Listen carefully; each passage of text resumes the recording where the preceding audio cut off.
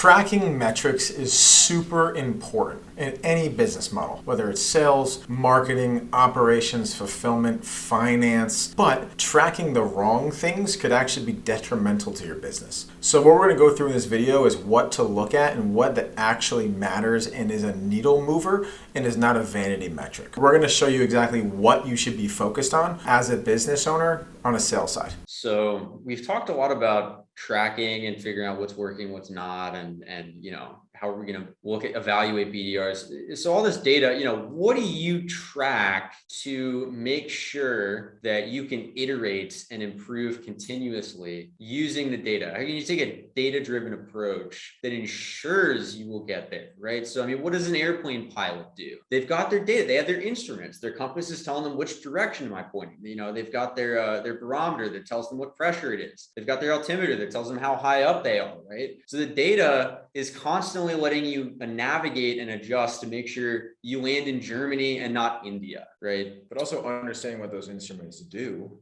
why they're important, and do they or do they not help, right? If I ever looked at I'm not a pilot, but I've seen pictures of what an instrument panel looks like. There's like 100 different gauges. And I'm sure if you ask the pilot, there's probably 10 very important gauges compared to the other 90 that may or may not even be used on a flight. So understanding what to track, like which levers you can actually move, right? Whether that's like outbound volume, understanding not only, my sales team made 1,000 calls this week, it's how many of those 1,000 calls actually connected with another human being. If that's 1,000 calls and only 10 are connected, you might have a data problem, right? It may not be their correct information. It may be a bunch of, like headquarters, gatekeeper numbers. So that's going to be on your shoulders, not the sales team, right? You guys are making 1,000 calls with no results.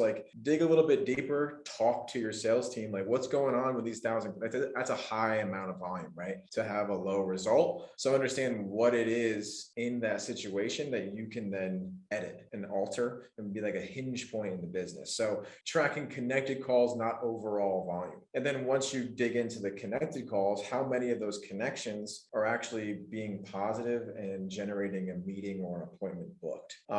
So not only understanding, but getting granular with that data, and then understanding after those meetings, how many are qualified leads. Of those qualified leads, MQL, marketing qualified lead, how many of those MQLs turn into an SQL, which would be a sales qualified lead. So you're understanding from all the time and energy and effort you're putting on the front end with your business team, how many of those efforts are actually converting into business opportunities. And then that's going to, your closing team, or if it's the CEO that's closing, then you can separate the data points, right? So if this is happening, then we can then understand what's happening after this event. And that's going to give you a better understanding of how to run your business and what to track. Yeah. And I know it seems overwhelming. Sometimes salespeople are difficult to get consistency with them putting data in and all these things. Yeah. So you don't have to do all this stuff manually. There are ways to automate some of this stuff, use software to lean on. And so for example,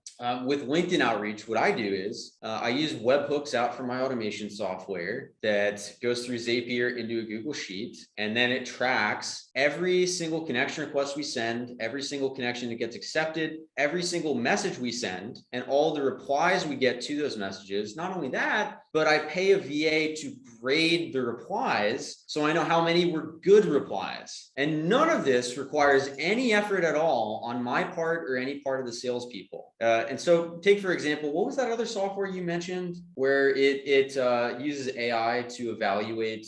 Oh, Gong. Yeah. Will break down and analyze a phone call, and maybe your salesperson is talking too much. So it's going to give you little data points through automation. It's going to analyze each phone call that your salespeople have. Then it's going to give them what went well, what went wrong, if there was buying signals on the call. And then you can coach your salesperson, right? Have your sales team listen to their own calls. We do that for my company. How do you think you sounded, right? We're our own worst judges, right? So we're more critical on ourselves, as well as it's not coming from someone else. So if you're continually drilling someone you're not doing this right, you're not doing that right, like you might break them, right? Or maybe I'm not good at this. But if you have them listen to their own calls and ask them, what could you have done differently, or where do you think the conversation went wrong? They're going to uncover things themselves based on what you've already coached with them. Like, oh, I actually totally could have asked this question in this situation. And they're going to grow much faster because they're self-identifying their issues. And automation will help that, and software will help them be able to do that faster and more efficient. Yeah, it's funny. It's such a fundamental thing to human beings that one of the most surefire ways to improve anxiety and help you get your heart rate down is actually just to listen in on your own heartbeat and be able to try different things internally, mentally, whatever, to see, okay, it's increasing. Oh, my heart rate's decreasing, right? And so if we have something for feedback consistently, you can self-correct, this way you don't have to micromanage them, you save time, like Dylan said here. So now in terms of how do you organize all this data? How do you analyze it to tease out insights? Dylan, what would you say is a decent framework for how to approach organizing and analyzing the data? So have clear KPIs. So when I was an SDR, what I learned very early on was like qualifications in each part of the sales process. So understanding once you've closed deals, once you've delivered results, why were those results easier for this client over this client, right? Did they have a different software that they use that you helped? Or we use BANT internally. So budget, authority, need, and timeline. For me as an SDR, I needed 3 of those 4 to even book the meeting. The person would be like, yeah, I want to book a meeting. I'd be like, whoa, I got to make sure that you're qualified with your budget, your authority, your need, and your timeline. So budget is self-explanatory. Do they have money allocated for what it is that you sell? Authority, if they do have a budget, can they actually make the decision and sign the contract? Need would be they have a present need. So that's your qualifications for them. So do they actually need your product? Doesn't just sound cool. And then timeline, you want to make sure that these people aren't just tire kickers, right? They have an immediate need within the next 90 days to implement a software, whether it's you or your competitor. So that's going to be a qualified individual, and that's going to be a lead that you want to spend time and resources on. Not someone's like, yeah, you might be having budget for this in the next 6 months, but I want to book a meeting to learn more. Like, no, that's a waste of time and energy. Put them into a nurture flow, set a task for 6 months down the road or 3 months on the road to follow up with them, and then mature them into a qualified lead. And that all comes down to, with your question, is a very clean and concise CRM. So segmenting your leads, right? Like have a stage in your CRM for like, they were disqualified because of their budget, disqualified because of their authority, disqualified because of their need or their timeline. And then you have 4 big buckets of people who you've had conversations with, you spent time to get a conversation with. And then your sales team, if it's a slow day, right? They're like, what do I do? They're like, oh, go into your, no timelines. See if the timeline has now gotten to the point where it requires sales attention, or reach out to see if they have the budget, see if they got a promotion. Or the authority one's so easy because someone always has a boss. Go and prospect, go on LinkedIn, see who's above them, because you already know they may have a need. There's a timeline. Why are you going to sit there and wait for that opportunity to mature? Like, go attack, go see who their boss is. Be like, hey, I spoke with John on your team. Super easy to get an email reply because you're referencing me. You already spoke with someone who's on that team. He said that you may be interested in XYZ, wanted to escalate this to you to see if you want to hop on a call. Like, use all the data points that you're paying to get. And a CRM is going to help you do that. Yeah. And another thing about using data to inform your strategy is marketers are not scientists. So this is coming from a guy who worked in a genomics research lab studying acute myeloid leukemia. This is a guy with a biomedical sciences degree, okay, summa cum laude, top 100 university, took the MCAT, scored well, was in a wet chemistry lab extracting natural products from sea creatures, right, to find topoisomerase inhibitors, right? You don't know what any of that means. And this is not to brag, it's just inside. It's very, very, very, very, very difficult to take a couple points of data and make sure, have any certainty that the conclusion you drew from that data is an accurate one, that the one factor or variable you're thinking about is the one that caused it. So what do I mean by this? So let's say you run ads, you run the same ad to a wide variety of age groups,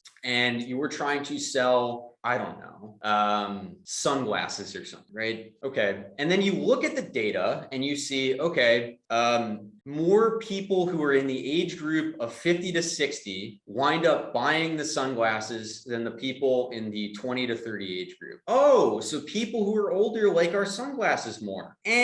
No. Let's say you were running the ads during the daytime, and let's say the younger people were in their jobs or whatever, and the older people were retired. So they had time to be scrolling Facebook and actually have their wallet with them. You know, they're on their desktop where they're more likely to check out, whatever. It's impossible to control for every single thing that could be affecting the data. So you have to really, really interrogate it and dig deep and think about every reason why something might have worked. So let's say you send out 2 different emails for an A/B test, and you want to know which of them works better. Is it the casual email or is it the long form email? Well, let's say you send out the short email and you say something like, hey, first name, hope you're doing well.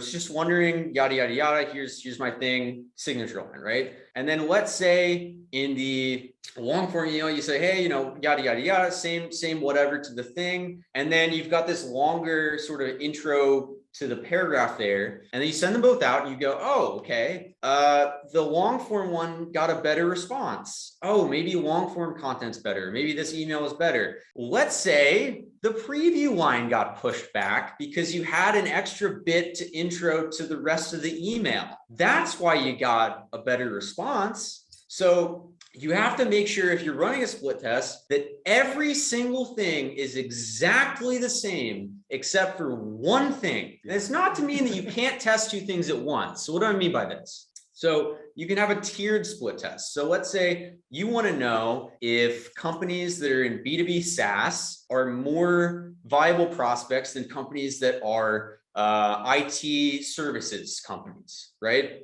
Okay, so you run the email to half here and you run the email to half here. Well, there's a problem here because the email that's going to work for these guys is not necessarily the email that's going to work for these guys. So then how do you test the same message against both people? You can't, because you don't know why this one resonated more than this one. It may be that they're better prospects, or it may be that the language you're using, they understand better. So or have your salespeople ask on the call what got you to book a call.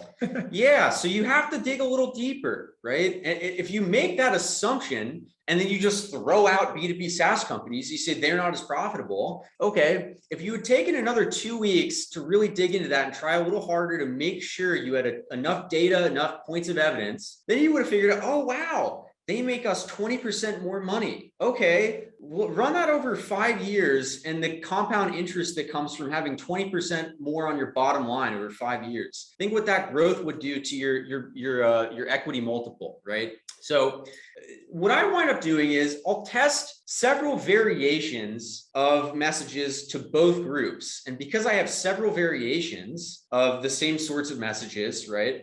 It averages out because maybe this side varies more casual here, but then the second email, this side varies more casual here. And so you have a larger volume of data to look at and say, okay, well, they can't surely all resonate more on this side, right? And then beyond that, let's say you do run the same message to both industries, right? But then let's say with each industry, you target separately the CEO, and then you target separately the CTO, and then you target separately the CIO, right? But you target the same 3 job titles in the other group. So since you were targeting all 3 in both groups, technically you are not changing anything with the job titles, even though within the group you are changing something. So you can run 2 split tests at the same time that way, just by segmenting and making sure you are keeping that data separate and testing them individually, right? Segment.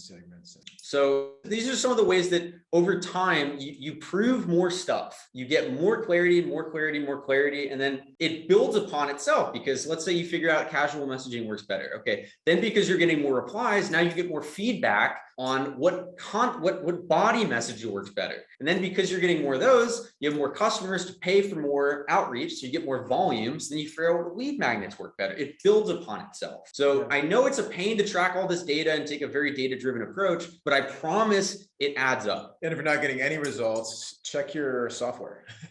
Sometimes you could have a great message, it's just not reaching the right audience too. So not to add more variables in there, but people should be responding whether it's positive or negative. So if you're getting zero response, you might have to look into the technical aspect of things. Yeah, a good rule of thumb is you should be getting more than 1% bounce rate ever. I want to see that number close to zero, which means you got to clean your list, which just look into list cleaning software like NeverBounce. We won't get too into the technicals here, but and I want to see at least a 1% reply rate, even on the rough draft early emails. Yeah. Like if you're not getting at least a 1% reply rate, like that's average. And most cold emails are terrible. So you think like average terrible response is 1%. If you're not getting 1% reply rate, you were doing something drastically wrong. Whether that's, maybe your open rate's low and that's why you're not getting many replies. Okay, well, that's a separate issue. Your subject line and your preview just aren't good enough. Yeah. But let's say you're getting a lot of opens, they're still not getting replies. You're just they think it's spam. They don't understand. They don't know what you're talking about. It seems uninteresting to them. And in that point, if you're getting a good open and then no response, don't change the subject line, change the hook or call to action, and like process of elimination. So if your subject line's working, people are actually reading the message, but the message isn't resonating, change each thing separately so that you can understand what it is that you can then have as the hinge point. Well, dude, how many companies have all these different SDRs that are sending completely different emails, one at a time to everybody? Yeah. You have no idea why a certain email booked a call. Yeah. You are collecting this enormous volume of data and not benefiting from any of it because it wasn't done organized, rigorously, scientifically.